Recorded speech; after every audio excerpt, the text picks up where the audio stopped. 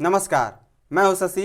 आइए झारखंड के टॉप 25 प्रमुख खबर जानते हैं। झारखंड में 26,001 सहायक आचार्य का रिजल्ट एक माह में। सुप्रीम कोर्ट ने झारखंड में 26,001 सहायक आचार्य की नियुक्ति के लिए हुई परीक्षा का रिजल्ट एक माह में जारी करने का निर्देश दिया है। अदालत ने बुधवार को परिमल कुमार एवं अन्य की अवमानना याचिका पर सुनवाई करते हुए यह निर्देश दिया है। कोर्ट ने झारखंड के मुख्य सचिव और झारखंड राज्य कर्मचारी चयन आयोग के सचिव को कोर्ट के आदेश का पालन कर सूचित करने का भी निर्देश दिया है। सुप्रीम कोर्ट ने कहा है कि यदि अनुपालन रिपोर्ट जमा नहीं की गई तो संबंधित अधिकारियों के खिलाफ अवमानना का मामला चलाया जाएगा। बता दें, सहायक आचार्य नियुक्ति से जुड़ी एक अन्य याचिका पर सुनवाई करते हुए सुप्रीम कोर्ट ने सी-टेट पास अभ्यर्थियों को सहायक आचार्य नियुक्ति परीक्षा में शामिल करने की अनुमति नहीं दी और याचिका खारिज कर दी है। अदालत ने प्रार्थी अरविंद कुमार ठाकुर एवं अन्य की यह याचिका खारिज करते हुए प्रार्थियों पर 5 लाख का हर्जाना भी लगाया है। अदालत ने कहा है कि ऐसी याचिका दायर कर कोर्ट का समय बर्बाद किया गया। दरअसल अरविंद कुमार ठाकुर एवं अन्य की ओर से सहायक आचार्य परीक्षा नियुक्ति में सी-टेट अभ्यर्थियों को फिर से शामिल करने का आग्रह करते हुए एसएलपी दाखिल की गई थी। राज्यों को स्थानीय आबादी के हिसाब से मिले वित्तीय आज़ादी। मुख्यमंत्री हेमंत सोरेन से बुधवार को कांके रोड स्थित उनके आवासीय कार्यालय में 16वें वित्त आयोग की टीम के सदस्यों ने मुलाकात की। यहां 4 दिनी दौरे पर पहुंची 11 सदस्यीय टीम के झारखंड दौरे के कार्यक्रमों व उद्देश्यों पर चर्चा हुई। इस दौरान सीएम ने कहा है कि राज्यों को स्थानीय आबादी की ज़रूरत के हिसाब से वित्तीय उपयोग करने की स्वायत्तता मिलनी चाहिए, क्योंकि हर राज्य की विभिन्न ज़रूरतें होती है। मुख्यमंत्री ने उन्हें अवगत कराया है कि झारखंड की भौगोलिक संरचना ऐसी है जहां जमीनी स्तर पर सरकार द्वारा संचालित योजनाओं तथा सेवाओं को पहुंचाना बड़ी चुनौती है। झारखंड एक खनन राज्य होने के नाते देश के विकास में बहुत बड़ा योगदान देता है, लेकिन यह राज्य पर्यावरण ह्रास, लोगों के विस्थापन, भूमि क्षेत्र की हानि आदि का सामना करता है। उन्होंने कहा है कि केंद्र की खनन कंपनियों द्वारा खनन के उपरांत भूमि पुनर्ग्रहण का कार्य भी सुनियोजित तरीके से नहीं हो पा रहा है।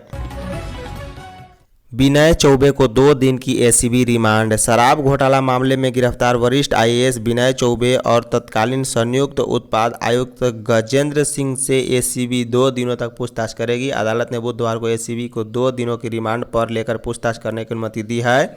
एसीबी ने 7 दिनों का रिमांड मांगा था पर 2 दिनों का मिला।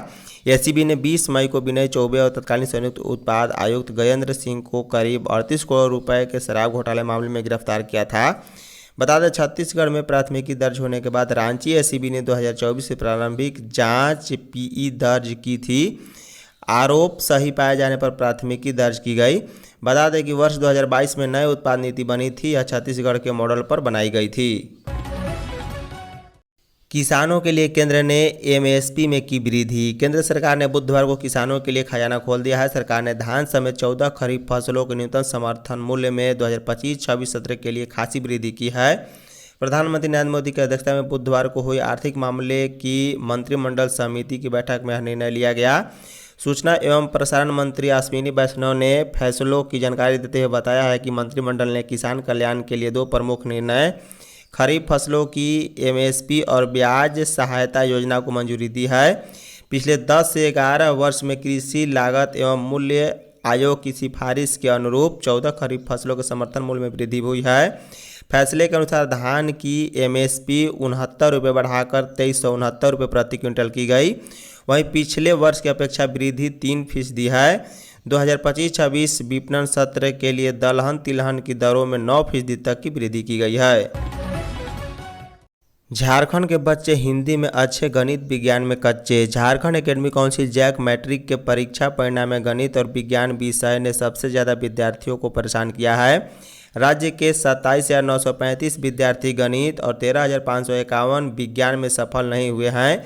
यही हाल सामाजिक विज्ञान और अंग्रेजी का भी है। बता दें, सामाजिक विज्ञान में 7453 और अंग्रेजी में 7285 परीक्षार्थी फेल हुए हैं। ट्रैवल एंड टूरिज्म विषय में शामिल सभी विद्यार्थी पास नहीं हुए। इसके अलावा अरेबिक, पार्सियन, खड़िया, कृषि, ऑटोमेटिव और मल्टी स्किलिंग विषय का रिजल्ट 100% रहा है। जैक के जारी परिणाम में ये तथ्य सामने आए हैं। जैक की मैट्रिक परीक्षा में 4,31,488 विद्यार्थी शामिल हुए थे। इनमें से 3,95,755 पास हुए हैं। बता दें 2,21,040 प्रथम श्रेणी से, वहीं 1,57,194 द्वितीय श्रेणी और 17,521 तृतीय श्रेणी से पास हुए हैं। वहीं 35,270 फेल भी हुए हैं। 456 विद्यार्थियों का रिजल्ट इनकम्प्लीट भी है। सीबीएसई कंपार्टमेंट परीक्षा 15 जुलाई से होगी। सीबीएसई ने कंपार्टमेंट परीक्षा की प्रक्रिया शुरू कर दी है। 30 मई से छात्र आवेदन कर सकेंगे, जो कि 17 जून तक चलेगा। वहीं 18 और 19 जून को विलंब शुल्क के साथ आवेदन कर सकेंगे, जबकि 17 जून तक आवेदन करने वाले छात्रों को प्रति विषय 300 रुपये आवेदन शुल्क देना होगा। कंपार्टमेंट परीक्षा 10वीं के लिए 15 जुलाई से, जबकि 12वीं के लिए एक दिन परीक्षा 15 जुलाई को ही होगी। बता दें 10वीं में छात्र अधिकतम 2 विषयों के अंक में सुधार के लिए कंपार्टमेंट परीक्षा दे सकते हैं। वहीं 12वीं में सिर्फ एक विषय के लिए ही परीक्षा होगी। बोर्ड की नोटिस के अनुसार कंपार्टमेंट परीक्षा का टाइम टेबल जल्द ही जारी होगा। 30 जून तक ही प्लेसमेंट एजेंसियों को शराब दुकान में काम। राज्य में 1 जुलाई से शराब की खुदरा दुकानों का संचालन उत्पाद एवं मद्य निषेध विभाग के लिए बड़ी चुनौती बन गई है। झारखंड राज्य बीवरेज कॉर्पोरेशन लिमिटेड के अधीन राज्य में चल रही खुदरा दुकानों का संचालन प्लेसमेंट एजेंसियों के माध्यम से कराया जा रहा है। उन दुकानों में प्लेसमेंट एजेंसियों के माध्यम से मैन पावर की आपूर्ति की गई है। इन प्लेसमेंट एजेंसियों को 30 जून तक के लिए ही ठेका मिला हुआ है। ऐसी स्थिति में 1 जुलाई से शराब दुकानों का संचालन कौन करेगा, यह विभाग के लिए बड़ी चुनौती है। इस चुनौती को देखते हुए विभागीय मंत्री योगेंद्र प्रसाद ने बुधवार को अधिकारियों से बैठक की और आगे का प्लान भी बनाया। बता दें बैठक में यह समस्या सामने आई है कि हाल के दिनों में एसीबी की कार्रवाई से विभाग में वरीय अधिकारियों की भारी कमी हो गई है। आयुक्त उत्पाद भी प्रशिक्षण के सिलसिले में बाहर हैं। यही वजह है कि प्रस्तावित नई उत्पाद नीति 1 जुलाई से लागू नहीं हो सकेगी। 1 जुलाई से शराब दुकानों में ताला नहीं लटके, इसके लिए बैठक में यह सहमति बनी है कि विभाग स्वयं शराब दुकानों का संचालन कराएगा। महिला अफसरों के हवाले पलामू जिले ने झारखंड के प्रशासनिक इतिहास में एक ऐसा पन्ना जोड़ा है जो आने वाली पीढ़ियों के लिए प्रेरणा का स्रोत बनेगा। दरअसल जिले की कमान अब 3 सशक्त महिला अधिकारियों के हाथ में है, जो न केवल प्रशासनिक मोर्चे पर मजबूती से डटी हैं, बल्कि महिला सशक्तिकरण की जमीन पर एवं जीवंत मिसाल भी पेश कर रही हैं। बता दें हाल ही में आईएएस समीरा एस ने पलामू के 105वें उपायुक्त के रूप में कार्यभार संभाला है। उनकी नियुक्ति के साथ ही जिले में महिला नेतृत्व की त्रिवेणी पूरी हो गई है। जिले की पुलिस अधीक्षक पद पर पहले से ही आईपीएस रिश्मा रमेशन कार्यरत हैं। वहीं सदर एसडीएम के रूप में भी आईएएस सुलोचना मीना पहले से अपने कर्तव्यों का पालन कर रही हैं। मैया सम्मान के 180 लोगों को नोटिस। झारखंड में महिलाओं को आर्थिक रूप से आत्मनिर्भर बनाने के उद्देश्य से मुख्यमंत्री मैया सम्मान योजना की शुरुआत की गई है। शुरुआत में इस योजना के तहत महिलाओं को 1,000 रुपये दिए जाते थे, बाद में इसे बढ़ाकर 2,500 रुपये कर दिए गए हैं। बता दें सरकार की ओर से इस योजना की लाभुक महिलाओं के खाते में एक साथ 2 महीने की किस्त ट्रांसफर भी की जा रही है। वहीं दूसरी ओर इस योजना में फर्जीवाड़ा की भी खबर सामने आई है। बोकारो जिले के गोमिया में बंगाल के लोगों द्वारा मुख्यमंत्री मैया सम्मान योजना का लाभ लिया जा रहा था, जिसके खिलाफ एफआईआर दर्ज की गई। लोहारदगा के कैरो प्रखंड में मुख्यमंत्री मैया सम्मान योजना के 180 अयोग्य लाभुकों को थाना के माध्यम से नोटिस भी भेजा गया है। बता दें अयोग्य लाभुकों को प्रखंड कार्यालय से नोटिस भेजकर ससमय राशि जमा करने का भी निर्देश दिया गया है। झारखंड में 30 मई तक भारी बारिश। बंगाल की खाड़ी में निम्न दबाव वाले क्षेत्र बनने से झारखंड के कई इलाकों में बारिश के आसार हैं। बता दें 29 मई को संताल परगना के सभी जिलों में बारिश हो सकती है, जबकि 30 मई को गिरिडीह, देवघर, बोकारो, धनबाद, जामताड़ा, दुमका, गोड्डा, साहेबगंज व पाकुड़ के मध्यम दर्जे की बारिश हो सकती है। कई स्थानों पर वज्रपात की भी संभावना है। राजधानी रांची में दोपहर बाद आकाश में बादल छाए रहेंगे। कुछ इलाकों में हल्की बारिश भी हो सकती है। पिछले 24 घंटे में सबसे अधिकतम 65 मिलीमीटर बारिश हजारीबाग में हुई है। बता दें झारखंड के सभी जिलों का अधिकतम तापमान 40 डिग्री सेल्सियस से नीचे है। मंगलवार को राज्य में सबसे अधिक गोड्डा में 37.2 डिग्री सेल्सियस तापमान रिकॉर्ड किया गया है। गिरिडीह में दूध की गाड़ी से नकली अंग्रेजी शराब की तस्करी।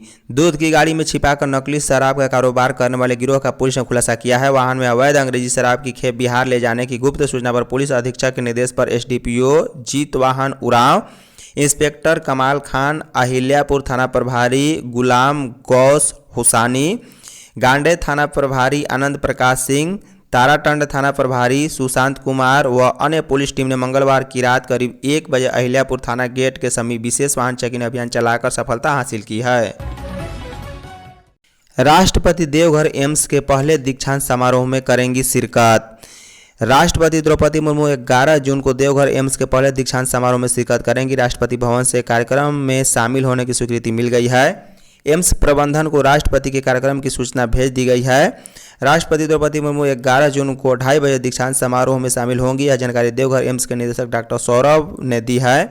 बता दें, देवघर एम्स में MBBS की पढ़ाई पूरी करने वाले छात्रों के पहले दीक्षांत समारोह में बतौर मुख्य अतिथि राष्ट्रपति द्रौपदी मुर्मू शामिल होंगी।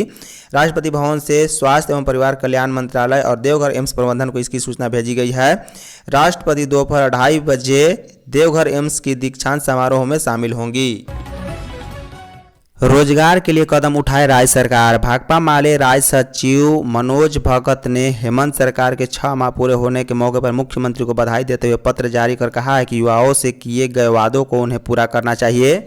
भाकपा माले ने कहा है कि झारखंड में 3.5 लाख से अधिक पंजीकृत बेरोजगार हैं, जिनमें 1 लाख महिला भी शामिल हैं। सरकार को ऐसे युवाओं की भावनाओं को महत्व देते हुए तेजी से कदम उठाना होगा। माले राज्य कमेटी ने कहा है कि गैर कृषि रोजगार में लगातार गिरावट और राज्य का उत्पादन क्षेत्र सिकुड़ता जा रहा है।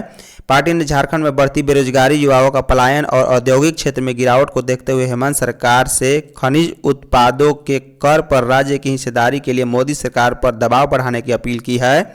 पार्टी ने कहा है कि केंद्र एवं राज्य सरकारों को झारखंड अंतर्गत तमाम रिक्तियों को भरने के लिए त्वरित कदम उठाने की जरूरत है। वहीं मनोज भगत ने स्थानीय युवाओं के लिए 75% आरक्षण लागू करने के लिए जिला एवं राज्य स्तर पर टास्क फोर्स भी गठन करने के साथ बोकारो में अप्रेंटिस आंदोलन के दौरान शहीद हुए प्रेम कुमार महतो का मामला भी जिक्र किया है। विदेशी धर्म मानने वालों के दबाव में पेशा लागू नहीं कर रही सरकार। रघुवर दास। पूर्व मुख्यमंत्री रघुवर दास ने कहा है कि हेमंत सरकार विदेशी धर्म मानने वालों के दबाव में राज्य में पेशा कानून लागू नहीं कर रही। सरना समाज का मुख्यमंत्री होने के बावजूद राज्य का जनजातीय समाज अपनी पारंपरिक स्वशासन व्यवस्था से वंचित है। हेमंत सरकार को डर है कि अगर पेशा कानून लागू हुआ तो उनकी सरकार गिर जाएगी।